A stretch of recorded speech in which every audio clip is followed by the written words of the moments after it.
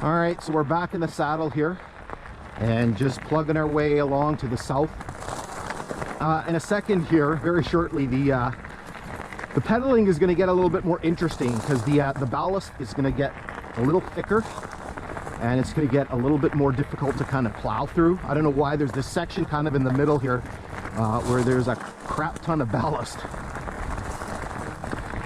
Again, here you can see how we're coming very, very close to the Canadian Pacific line. You can see some of the work that they've done. You can see the cliff above us here.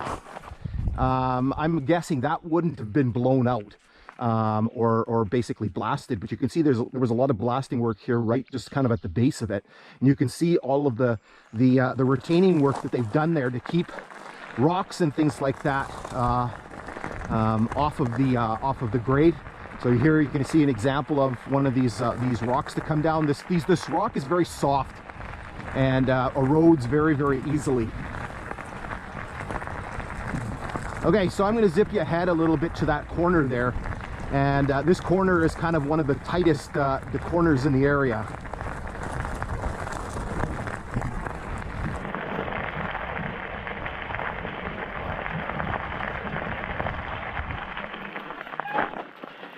Sorry, I lied. Had to stop here. I wanted to show you this. I'm going to be careful coming down here because on our way up, when I tried to come down here, I almost killed myself. So what do we have here is we actually have one of the old little cribs for the telegraph poles. You can see it's been made out of creosote. It's been made out of ties that have been obviously soaked in creosote, and it stinks. You can see basically some of the pieces of the telegraph pole here, some of the cross beams that are in there. There's some stuff that's in the water down there. So it's kind of neat to see. This is the only one that I've actually seen in this whole section here. So I don't know if it had something to do with kind of it's on a point here a bit, and they had to kind of build this to kind of bump the line out. I'm not sure. Okay, so we're gonna jump back up on the grade and continue pushing some. All right, here we go. Back in the saddle. Again, a few culverts here, but no markers. So no mileage markers. We basically know exactly where we are because we know the mileage at Nipigon and we know the mileage at Red Rock. It's not kind of a big secret. So here you can see again, it's kind of neat to see what they've done on the Canadian Pacific. So there's a bunch of these kind of concrete culverts and then just kind of the boring metal ones on the CN line. You see a beautiful little, you can imagine in the springtime, the water kind of coming down, that would make kind of a nice little sort of series of waterfalls. So here's where we have kind of a tight little ridge, a tight little corner. Here's where the ballast gets really stupid. It makes it difficult for me to ride. There is a picture, and if you click on the link in the description, sorry, you can see how thick the ballast is here. It is so hard to pedal.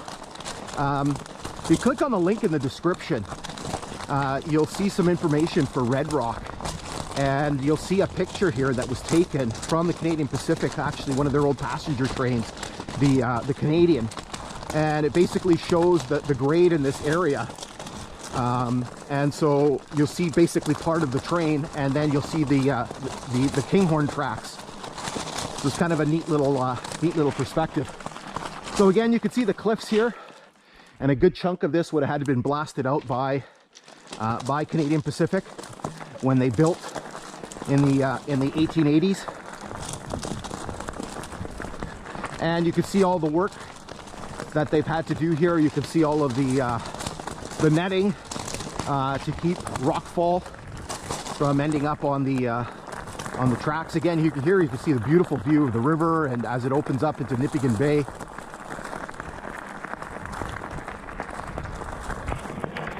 And looking back there towards Nipigon.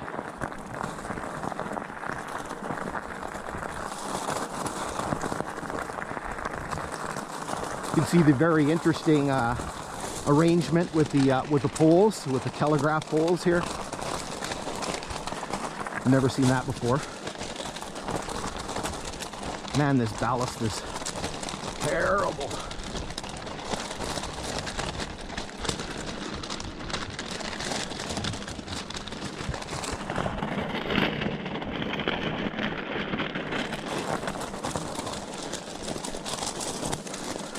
Up here you can see some of those issues that they have with the rock fall, right? Like you can see here how it's all kind of undermined, right? And you basically have the top parts of that face that are coming down. You can see some of it's been dumped over here. So again, there might be some long-term issues here with the Canadian Pacific, right? Because it's almost like it's kind of sloping upward on this cliff.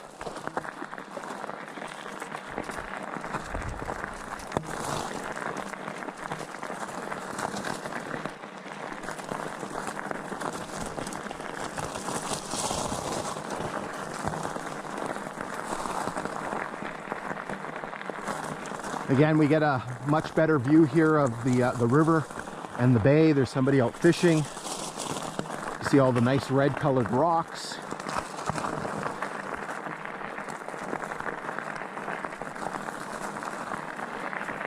The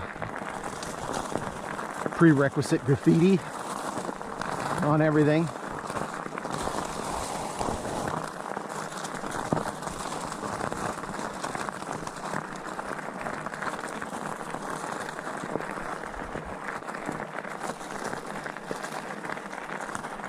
All right, so this is where things start to get a little interesting.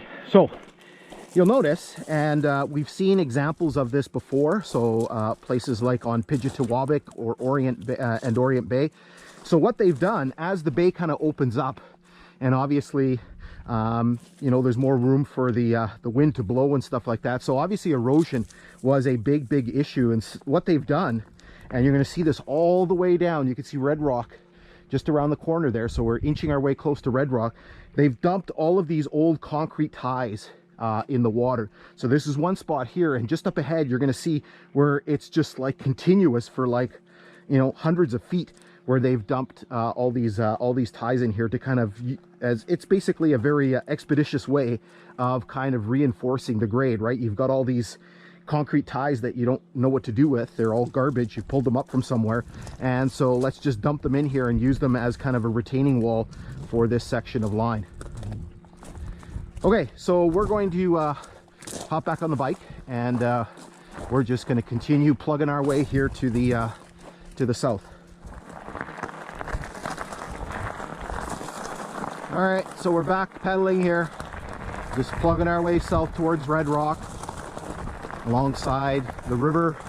Again, just gorgeous views here, and more. Again, you're going to see, I'll stop further up ahead, but again, you can just see all of these concrete ties that have been dumped alongside the grade here. I'm going to stop a little further ahead where there's like a crazy amount.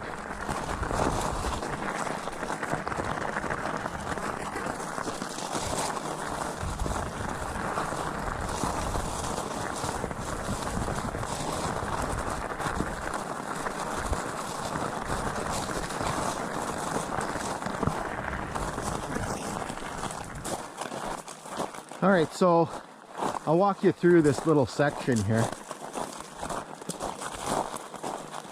And so a couple of things you can see here. Again, you can see the proximity of the Canadian Pacific line. You can see this big rock cut with the very reddish colored rocks. And again, here you can see all of these concrete ties that have been dumped in here, again, just to act as a breakwater or a retaining wall for the grade. We do have some strawberries growing. Not too many. Nice and sweet. Ooh, a little sour too. So right up here somewhere, and this is how stuff kind of vanishes. Right up here, I was here I want to say the end of November. I came on a little walk with Luna. And right up here, there was a sign, and we've seen one of these at Pass Lake. It's a metal sign, and it basically has it says Red Rock, and it's basically that indicator that the Red Rock station is sort of up ahead. And it's gone. It was right here. It was like right in this spot here. And so somebody's helped themselves to it. I'll flash that picture up on the screen, but it was there clear as day right here, right along this section here, because I remember the red colored rock cut here. So somebody quote unquote punked that sign. Okay, so we'll hop back up on the bike, and we'll motor our way to the south a little bit, and there's more stuff to see.